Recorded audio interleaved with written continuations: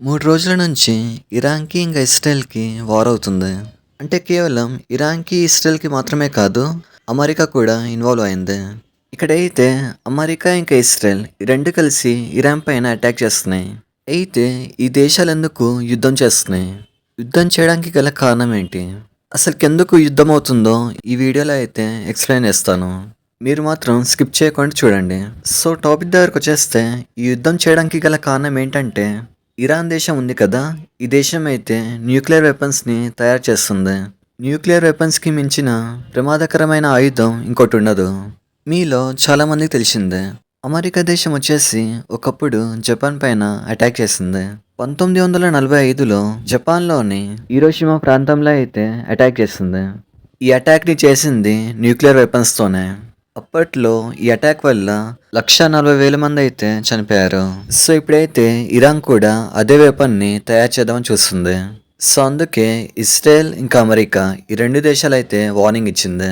ఒకవేళ మీరు గనక న్యూక్లియర్ వెపన్స్‌ని తయారు చేసినట్టయితే అప్పుడు యుద్ధం అనేది మొదలవుతుందని ముందే వార్నింగ్ ఇచ్చారు. కానీ అయినా కూడా ఇరాన్ దేశం వినలేదు. వేరే కంట్రీస్ నుంచి యురేనియం అయితే తెప్పించుకున్నారు. అంటే ఇక్కడ యురేనియం ఏదైతే ఉందో దీనివల్లే న్యూక్లియర్ వెపన్స్ అనేవి తయారవుతాయి. సో ఇక్కడైతే యురేనియంని తెప్పించుకొని అండర్ గ్రౌండ్లో న్యూక్లియర్ వెపన్స్ని తయారు చేయడం మొదలుపెట్టారు. కొన్ని రోజులకు ముందే ఇజ్రాయెల్ ఇంకా అమెరికా ఈ 2 దేశాలు కలిసి న్యూక్లియర్ వెపన్స్ని తయారు చేసే దగ్గర అటాక్ చేశారు. కానీ అయినా కూడా ఇరాన్ దేశం వచ్చేసి వెనకడుగు వేయలేదు. అటాక్ చేసిన తర్వాత కూడా తయారు చేయడం ఆపలేదు. సో ఇక్కడైతే 10 రోజులకు ముందు అమెరికా ఇంకా ఇజ్రాయెల్ ఈ 2 దేశాలు వచ్చేసి వార్నింగ్ ఇచ్చింది. వెపన్స్‌ని తయారు చేయొద్దని ఫైనల్‌గా ఒక వార్నింగ్ అయితే ఇచ్చింది. కానీ అయినా కూడా ఇరాన్ దేశం వినలేదు. ఫైనల్‌గా 3 డేస్‌కి ముందు అమెరికా ఇంకా ఇజ్రాయెల్ ఈ 2 దేశాలైతే వార్‌ని డిక్లేర్ చేశాయి. అప్పటినుంచి ఈ యుద్ధం అనేది మొదలైంది.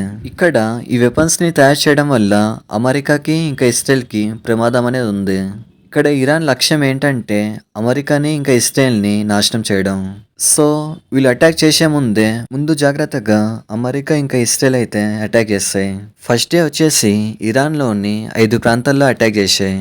వీళ్ళ ఫస్ట్ అటాక్‌లోనే ఇరాన్‌కి లీడర్ అయిన ఆయతోలా అలీ ఖామ్నీ ఇతన్ని చంపేశారు. ఒక ప్లాన్‌తో వెళ్లి మరి ఇతన్ని చంపేశారు. ఇతనుండే ప్రాంతాన్ని ముందే తెలుసుకొని ఆ ప్రాంతం పైన అటాక్ చేయడం మొదలుపెట్టారు. ఇప్పుడు మీరు ఫోటోలో చూస్తున్నారు కదా, ఇదే ఆ ప్రాంతం. అయితే ఈ అటాక్‌లో ఇతను మాత్రమే కాదు, ఇతని ఫ్యామిలీ మెంబర్స్ కూడా చనిపోయారు. ఆయతోలా అలీ ఖామ్నీ ఇతను ఎవరైతే ఉన్నారో ఇతనైతే ఒక మూర్ఖుడు. ఇతని వల్ల చాలామంది ఇరాన్ ప్రజలు ఫ్రీడంగా బతకలేకపోతున్నారు. వీడికి ఒక రూల్ ఉంది. ఆ రూల్ ఏంటంటే ఇరాన్‌లో ఉండే అమ్మాయిలు బుర్కా వేసుకొని తిరగాలంట. లేకపోతే అసలుకి బయటకు కూడా రావద్దంట. కొన్ని రోజులకు ముందు ఇరాన్‌లో ఒక అమ్మాయి అయితే బుర్కా లేకుండా బయటకొచ్చింది. అప్పుడు వీళ్ళు ఏం చేశారంటే అమ్మాయిని చంపేశారు. అంటే వీళ్ళ దేశంలో అమ్మాయిలు ఫ్రీడంగా తిరగలేకపోతున్నారు. అమ్మాయిలకు అసలుకి ఫ్రీడమ్ అనేది లేకపోయింది. అప్పుడు వీళ్ళ దేశంలో ఉండే అమ్మాయిలందరూ ప్రొటెస్టులు చేయడం మొదలుపెట్టారు. అప్పుడు వీడు ఏం చేశాడంటే ఎవరైతే ప్రొటెస్ట్ చేస్తారో వాళ్ళందరినీ చంపేశాడు. కొన్ని వేల మంది అమ్మాయిల్ని చంపేశాడు. సో వీడు చనిపోయాక వీళ్ళ దేశంలో ఉండే ప్రజలు సెలబ్రేషన్స్ అయితే చేసుకున్నారు. అదేంటో తెలియట్లే కానీ వీళ్ళ దేశంలో ఉండే ప్రజలు సెలబ్రేషన్స్ చేసుకుంటున్నారు. కానీ మన దేశంలో ఉండే ముస్లింలు ఇతను చనిపోతే ఏడుస్తున్నారు. మన భారతదేశంలో ఉంటూ వాడెవడో చనిపోతే ఏడుస్తున్నారు. జమ్మూ అండ్ కాశ్మీర్ కావచ్చు, ఉత్తరప్రదేశ్ కావచ్చు, హైదరాబాద్ కావచ్చు. ఈ ప్లేసెస్‌లో ఉండే ముస్లింలు అయితే ఏడుస్తున్నారు. వీళ్ళందరికీ వాడిదంతా నచ్చిందేమో. వీడికి ఎవరైతే సపోర్ట్ చేస్తారో వాళ్ళందరూ టెర్రరిస్ట్ నా కొడుకులే.